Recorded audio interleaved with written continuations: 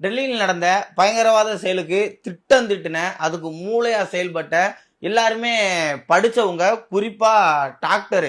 இந்த தாக்குதலுக்கு பேரேவும் white collar terror attack அப்படின்றாங்க. அதாவது படிச்சவங்களை மட்டுமே பயன்படுத்தி பண்ணக்கூடிய பயங்கரவாத தாக்குதல் அப்படின்னு சொல்றாங்க. அதனால இந்த தாக்குதல்ல ஈடுபட்ட எல்லாருமே படிச்சவங்க.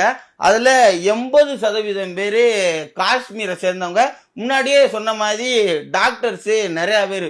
ஒரு டாக்டர், அதுவும் காஷ்மீரை சேர்ந்தவங்க, பெருசா என்ன சொல்லி இவங்கள மூளை செலவே செய்ய முடியும்? காஷ்மீர் இஸ்லாமுக்கு சொந்தமானது, காஷ்மீர் பாகிஸ்தானுக்கு சொந்தமானது, அதனால காஷ்மீரை பாகிஸ்தானுக்கு கொடுத்துருங்க அப்படின்னு சொல்லிதே இதற்கான போராட்டம், அதற்காகவே இந்த பயங்கரவாத தாக்குதல் அப்படின்னு மூளை செலவை செஞ்சிருப்பாங்க. சரி, காஷ்மீரை பாகிஸ்தானுக்கு கொடுத்தாச்சு. காஷ்மீர்ல பெருசா என்ன நடக்க போகுது? ஆக்கிரமிப்பு காஷ்மீர்ல எப்படி கோதுமைக்கு பஞ்சம் வந்துச்சோ அதே மாதிரி காஷ்மீர்லயும் கோதுமைக்கு பஞ்சம் வரும்.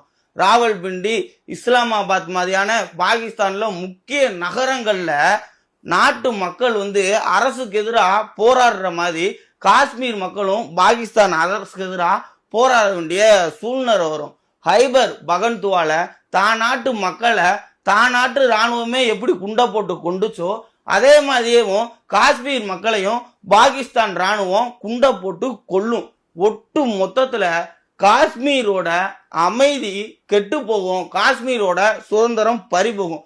இதுக்காகவா பாகிஸ்தான் கூட நீங்க காஷ்மீரை சேர்க்கணும் அப்படின்னு சொல்லி கோரிக்கை வைக்கிறீங்க? பாகிஸ்தான் கூட காஷ்மீரை சேர்த்தா காஷ்மீர் ஒன்றும் சிங்கப்பூரோ மலேசியா மாதிரியோ ஆகாது. இவங்கள சொல்லி குத்தம் இல்லைங்க, இவங்க வளர்த்தவங்கள சொல்லணும். ஏண்டா, மத நல்லிணக்கம்னா அடுத்த மதத்தை சேர்ந்தவங்களுக்கு ரோஸ் மில்க் மட்டும் கொடுக்கறது இல்லடா, மனித அமைதியை காப்பாத்துறதுதான்டா மத நல்லிணக்கம் அப்படின்னு சொல்லி கொடுத்து வளர்த்திருந்தா இந்த செயல் நீங்க செஞ்சிருப்பாங்களா?